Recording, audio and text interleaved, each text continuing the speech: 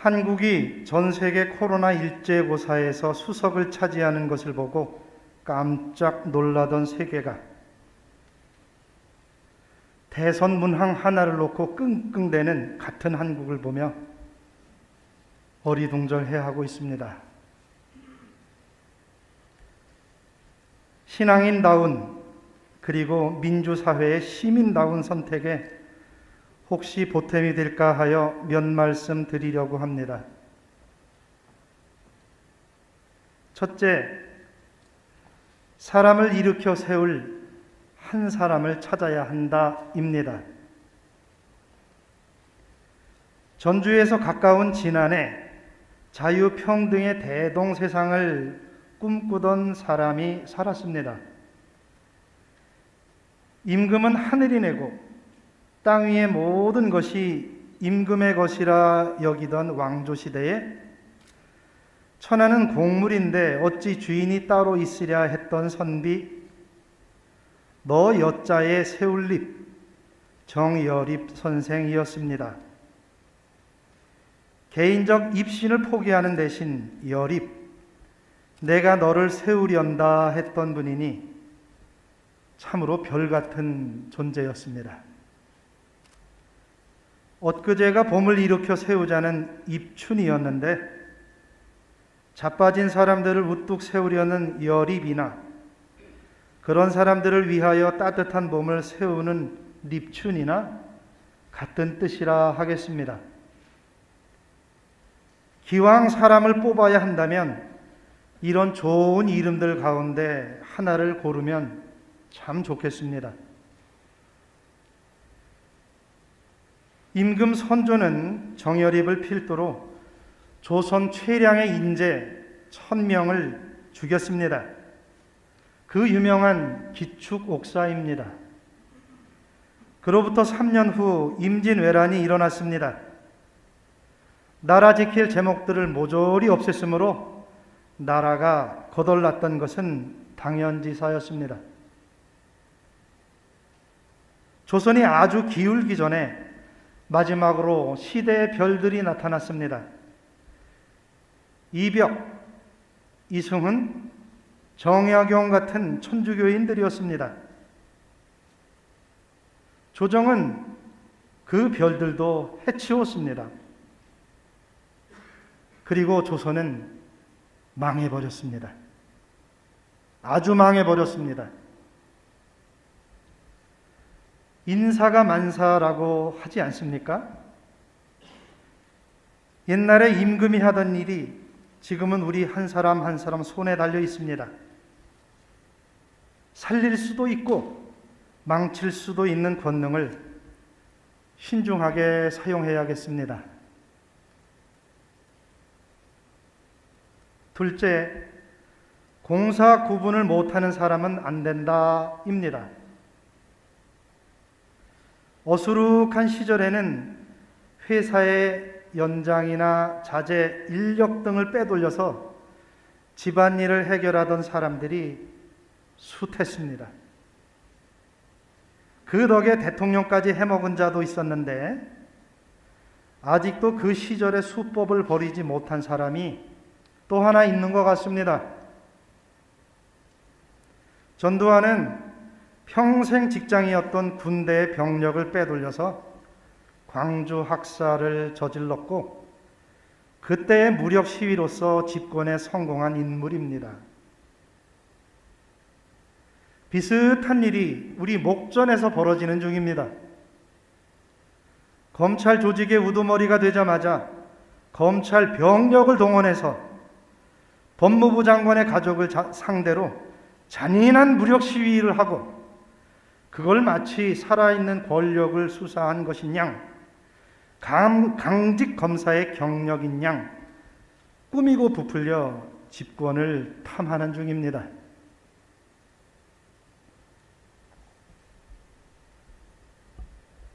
박종철 고문치사의 진실을 세상에 알림으로써 전두환의 철권 통치에 타격을 가했던 우리 사재단은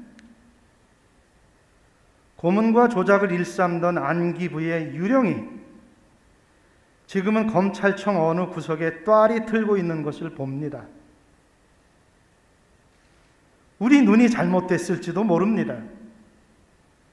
하지만 평생 사람 잡는 일에만 몰두했던 사람이 과연 사람을 살리고 사람들 구하는데 최상의 적임자일까요?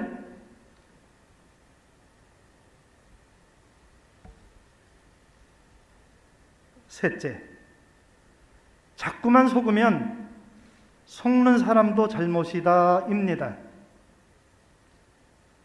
민주시민이라면, 더군다나 깨어있는 신앙인이라면 대중 매체가 띄우는 특정인에게 마음을 주기 전에 누군가에 대해서는 그토록 저주를 퍼붓는 이유가 무엇인지 의심해 봐야 합니다. 1980년 당시 신문이란 신문마다, 방송이란 방송마다 시민 학살의 장본인을 입에 침이 마르도록 찬양했습니다. 그리고 지금은 여러모로 전두환의 닮은 꼴인 후보를 힘껏 선전하는 중입니다. 이른바 강자 동맹을 위한 립서비스는 그들 평생의 업이었으므로 새삼 나무랄 것도 없고, 문제는 기 무슨 내기, 기 무슨 덕이라고 하는 자들에게 부하내동하는 민심입니다. 한 번 속으면 속인 자가 나쁜 놈이지만 두 번 속으면 속은 사람이 바보, 세 번 속으면 그때부터는 공법이라고 했습니다.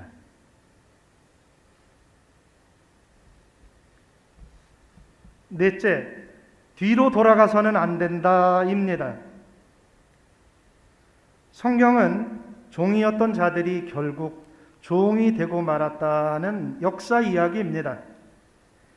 이집트에서 종살이하던 자들이 용케 나라를 세웠으나 종당에는 바빌로니아로 종살이하러 끌려갑니다.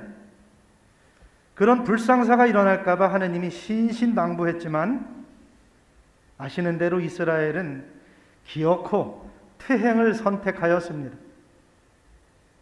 대선의 결과에 따라 우리는 앞으로 나아가거나 뒤로 돌아가거나 할 것입니다. 정권 교체가 답이라고 하시는 분들이 적지 않습니다. 그 심정 충분히 이해합니다. 사실 민주당은 시민들이 차려놓은 밥상에 숟가락만 얹고 집권 세력이 되었기 때문에 그다지 절실함이 없었습니다. 그들로서는 촛불 흉내나 내면서 기득권을 유지하면 그만이었을 것입니다. 그런데 이런 부분을 미처 응징하지 못한 것은 촛불 시민들의 책임이기도 합니다. 아직 갈 길이 멀다는 점에서 오늘 당장 시민들의 책무는 해방 이후 친일 세력을 포함하여 기득권 그룹이 총집결한 이 상황을 이겨내는 것이라고 생각합니다. 이 고비만 넘기면 대한민국은 정치를 포함하여 단숨에 30년은 발전할 수 있으리라고 봅니다. 지난 5년간 우리는 아주 지겹도록 봤습니다. 대통령의 임명으로 검찰총장이 되었으면서 대통령의 인사권에 도전하고 나는 장관의 부하가 아니라면서 책상을 쾅쾅 내려치던 저 오만방자한 풍경을, 대통령이 공약한 정책을 법정으로 끌고 가면서 싱긋 웃던 감사원장의 얼굴을 제 아무리 여야가 합의해도 들어줄 수 없다며 절레절레 고개를 가로로 흔들던 기재부 장관의 요지부동을, 초반에는 눈치 보는 척 하다가 대통령 임기가 막판에 이르자 엉터리 판결을 줄줄이 쏟아내던 법원의 이중성을, 국민을 바보 천치로 여기지 않고서는 절대로 있을 수 없는 일이었습니다. 현실이 이런데도 적폐청산이라는 과제를 무산시킨 자들에게 권력을 넘겨버리고 새로운 무엇을 기대한다는 게 과연 이성적인 행동일까요?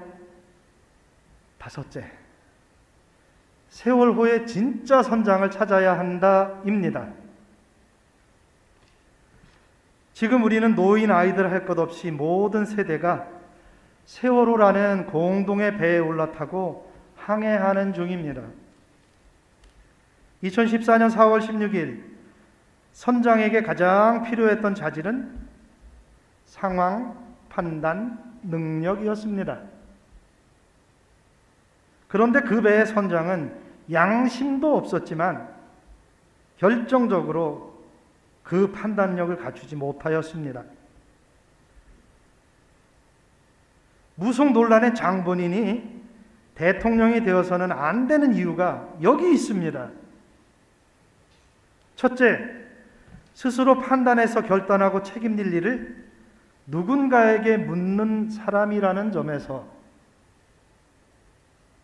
둘째, 남에게 묻고 남의 권위에 의지했던 것도 어느 쪽이 자신에게 유리한지 알아보기 위해서였다는 점에서 미안하지만 그는 자격 미달입니다.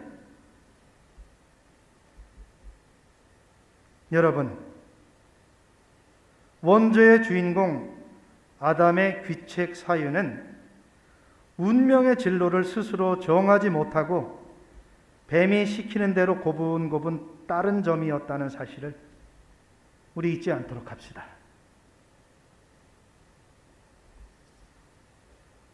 여섯째, 뽑힐 사람을 뽑아야 한다입니다. 당선될 사람을 밀어주자, 그런 말이 아닙니다. 뽑으면 뽑힐 사람, 즉 자기를 내던져서 전체를 위한 밑거름이 되어줄 그런 사람을 뽑아야 한다는 말입니다. 잘못 뽑아 놓으면 그가 우리를 뽑아버릴 것입니다. 자기를 바칠, 기꺼이 뿌리 뽑혀 나갈 정도의 사람이라야 높은 산을 깎아서 골짜기를 메우는 억강부약을 조금이라도 실현할 수 있습니다.